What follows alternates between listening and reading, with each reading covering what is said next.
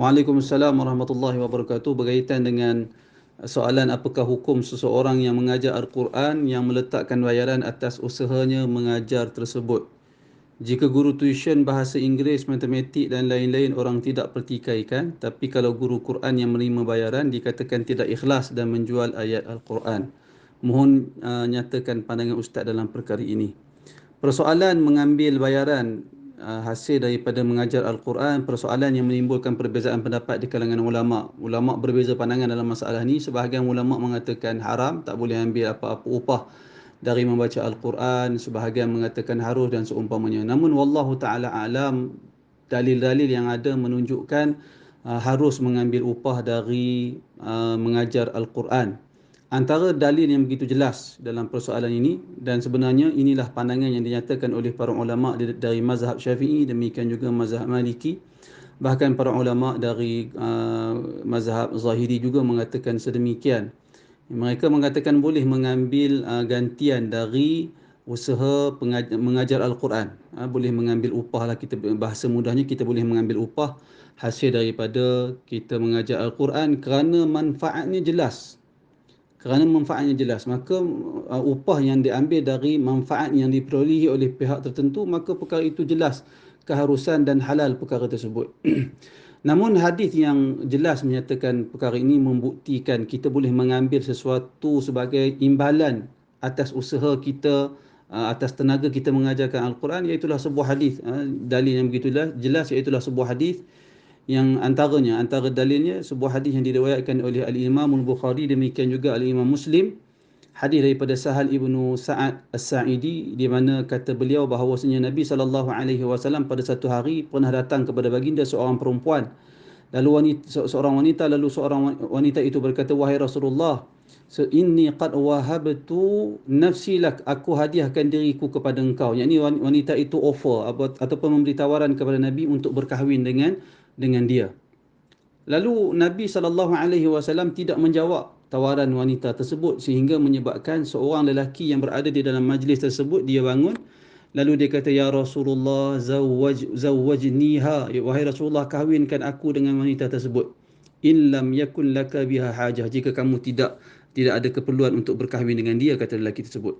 Lalu kata Nabi SAW kepada lelaki yang offer dia nakkan perempuan itu, kata Nabi, hal indaka min syai'in tusaddiquha iyahu, apakah kamu ada memiliki sesuatu yang boleh diberi sebagai mahar atas perkahwinan dengan wanita tersebut? Lalu lelaki itu berkata, ma indi illa izari, aku tak ada benda lain melainkan kain yang sedang aku pakai ini. Lalu Nabi SAW bersabda, in a'taitaha izaraka jalasta la izara lak, kata Nabi. Jika demikian, kalau kamu beri kain kamu kepada wanita ini sebagai mahar perkahwinan, maka kamu tak ada kain lagi. Kemudian Nabi kata, faltamis syai'an, pergi cari sesuatu untuk dijadikan mahar. Lalu Nabi, lelaki tersebut pergi cari sesuatu. Tak lama selepas itu dia datang kepada Nabi, lalu dia berkata, ma ajidu syai'an ya Rasulullah, aku tidak mendapati ada sesuatu yang boleh dijadikan mahar kepada wanita tersebut.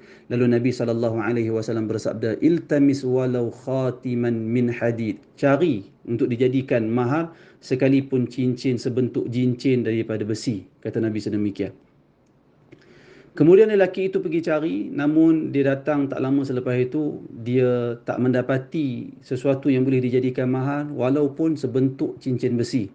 Lalu kata Nabi kepada lelaki tersebut, hal ma'aka minal Qur'ani syai', apakah kamu ada menghafaz ataupun pandai membaca sebahagian daripada ayat atau surah Al-Quran? Lalu lelaki itu berkata, na'am ya, surah kada wa kada yusammiha. Dia sebut, aku hafal surah sekian-sekian, aku pandai membaca surah sekian-sekian, dan dia menyebut surah-surah yang dihafal dan dia pandai membaca surah tersebut. Lalu Nabi SAW bersabda, qad zawwajtukuma bima ma'aka minal Qur'an, maka aku kahwinkan kamu berdua dengan Al-Quran yang ada pada kamu itu, iaitulah dengan dia mengajarkan Al-Quran kepada wanita yang dia kahwini itu sebagai mahar dia. Hadis ini, kata para ulama, menunjukkan Nabi menjadikan ilmu Al-Quran yang ada pada lelaki itu sebagai mahar perkahwinan perempuan tersebut. Yakni dia mengajar Al-Quran, dia mengambil imbal balik daripada pengajaran Al-Quran dengan dia boleh berkahwin sebagai mahar dalam perkahwinan dia. Maka jelas dia dalam hadis ini menunjukkan boleh mengambil imbalan dari pengajaran kita kepada Al-Quran di pihak yang lain. Kerana itu wallahu taala alam, pandangan ulama mazhab Syafi'i, demikian juga ulama mazhab Maliki yang mengatakan harus dan boleh mengambil upah ataupun bayaran di atas usaha, masa, tenaga, kesusahan kita mengajar orang lain sehingga dia boleh membaca Al-Quran. Namun sepatutnya guru-guru Al-Quran tidak meletakkan harga yang begitu tinggi sehingga menyusahkan orang Islam dari mempelajari Al-Quran. Sepatutnya dia memudahkan proses mengajar Al-Quran, dan hendaklah seseorang itu melatih diri dia supaya dia berusaha mengikhlaskan niat kepada Allah Subhanahu Wa Taala, terutamanya di dalam melakukan usaha-usaha pengajaran Al-Quran kepada masyarakat Muslim. Namun seperti yang saya jawab, pandangan yang lebih kuat boleh mengambil upah dari mengajar Al-Quran. Wallahu a'lam.